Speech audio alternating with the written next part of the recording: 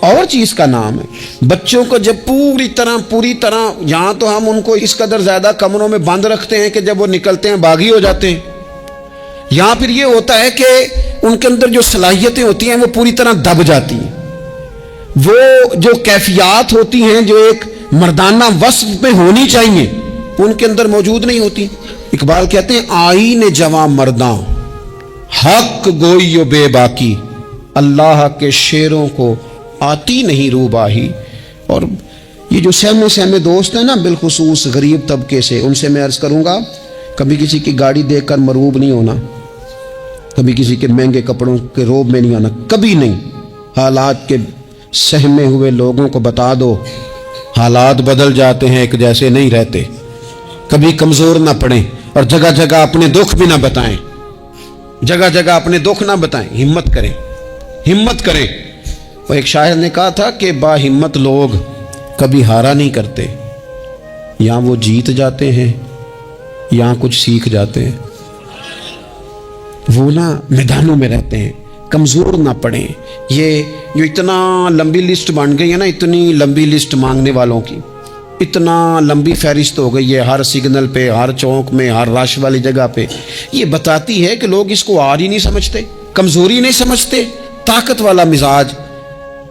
حضرت عمر بہادر تھے تو بہادر لوگوں کو پسند بھی بڑا کرتے تھے۔ حضرت عبداللہ ابن زبیر چھوٹے تھے، بچوں کے ساتھ کھیل رہے تھے، اور یہ وہی حضرت عبداللہ ابن زبیر ہیں جو بعد میں امام حسین کے قاتلوں کے سامنے ڈٹ کے کھڑے ہو گئے اور انہوں نے اعلانیہ ان لوگوں کا بائیکاٹ بھی کیا اور ان لوگوں کے ساتھ صف آرا بھی ہوئے حضرت عبداللہ ابن زبیر، اور فرماتے ہیں کہ میری ماں 90 سال سے زیادہ عمر تھی حضرت اسماء بنت ابی بکر کی۔ جب میں نے انہیں کہا نا اماں وقت آ گیا ہے شہادت کا، تو میری اماں مجھے کہنے لگی پتر میدان میں رہنا، میدان میں بکرے کو ذبح ہوتے وقت تکلیف ہوتی ہے، جب اس کی کھال اتاری جائے پھر کوئی تکلیف نہیں ہوتی، ایسے ہی کمزور نہ پڑنا۔ ہمارے ہاں تو لوگ کہتے ہیں نا پتر اندروں کنڈی لے لا، ساڑی نہیں لڑائی، تو جب ہمارے گھر آگ آئے گی پھر اسے ہم بند کریں گے، ابھی نہ تو بالکل باہر نہ نکلنا۔ کیسے قوم آگے بڑھے گی؟ جرتیں کیسے پیدا ہوں؟ اور جو کچھ کہہ نہیں سکتے وہ منوائیں گے کیسے؟ جو بات کرنے کی طاقت نہیں رکھتے وہ اپنا منوائیں گے کیسے؟ حضرت عبداللہ ابن زبیر رضی اللہ تعالیٰ عنہ اپنے دوستوں کے ساتھ گلی میں کھیل رہے تھے، جناب عمر فاروق آ گئے۔ حضرت عمر فاروق کا جلال تھا، بچے ان کو دیکھ کے دوڑ گئے، حضرت عبداللہ ابن زبیر کھڑے ہیں۔ حضرت عمر قریب آئے، کہنے لگے پتر آپ کیوں نہیں دوڑے؟ حضرت عبداللہ ابن زبیر چھوٹے سے ہیں، کہنے لگے جی کیوں میں دوڑتا، میں نے کوئی جرم کیا ہے؟ تو میں نے غلطی کی ہے، بھلا کیوں دوڑوں؟ آرام سے کھیل رہے ہیں اور نہ ہم نے کوئی رستہ بند کیا، جگہ ہے، آپ نے گزرنا تو گزر جائیں۔ چاہیے تھا نا حضرت عمر ناراض ہوتے، پر جناب عمر نے ماتھا چوم لیا، کہنے لگے کیا بات ہے بیٹا، ان چیزوں پر ذرا قائم رہنا۔ کہنے لگے جرم کیے، کیا مطلب ہے اس بات کا کہ فلانا ہے تو دوڑ جائے؟ کیوں دوڑیں جی؟ تو ہم نے جو قوم کو سکھانا شروع کیا ہے نا، لیکن فقر اور چیز ہے، درویشی اور چیز ہے، سادگی، لیکن ظلم سہنا اور چیز ہے۔ دنیا میں قتیل اس سا منافق نہیں کوئی جو ظلم تو سہتا ہے بغاوت نہیں کرتا۔ اپنی زندگی میں عزم کو، ہمت کو، نظریے کو بلند کریں، مظلومانہ مزاج نہ پیدا کریں، بلا وجہ دکھ سنا کے اپنے آپ کو کمزور نہ کریں۔ یاد رکھیں اگر ہم اپنے دکھ کسی کو سنا رہے ہیں اور اپنے آپ کو بڑا غریب ثابت کر رہے ہیں تو ایسا نہ ہو کہ ہمارے بچے اس کا برا اثر لے جائیں۔ خودداری سے جینا سکھائیں، عزت نفس سکھائیں، ہر وقت گھر کے اندر، کلاس کے اندر، اپنے دوستوں کی جمعیت کے اندر کمزور باتیں نہ کریں، رو دھو کے وقت نہ گزاریں۔ رونے سے بھی رات گزر جاتی ہے، ہنسنے سے بھی رات گزر جاتی ہے، ناشکری سے بھی دن بیت جاتا ہے اور شکر سے بھی، لیکن بس بات اتنی ہے کہ شکر والوں کا ذرا صحیح بیت جاتا ہے، ہنسنے والوں کا ذرا صحیح بیت جاتا ہے۔ زندگی میں عزم کے ساتھ، ہمت کے ساتھ لوگ جس حال میں مرنے کی دعا کرتے ہیں، معاذ اللہ، لوگ جس حال میں مرنے کی دعا کرتے ہیں، ہم نے اس حال میں جینے کی قسم کھائی ہے۔ اللہ تعالی ہمیں سمجھنے کی توفیق عطا کرے۔ آخر دعوانا ان الحمدللہ رب العالمین۔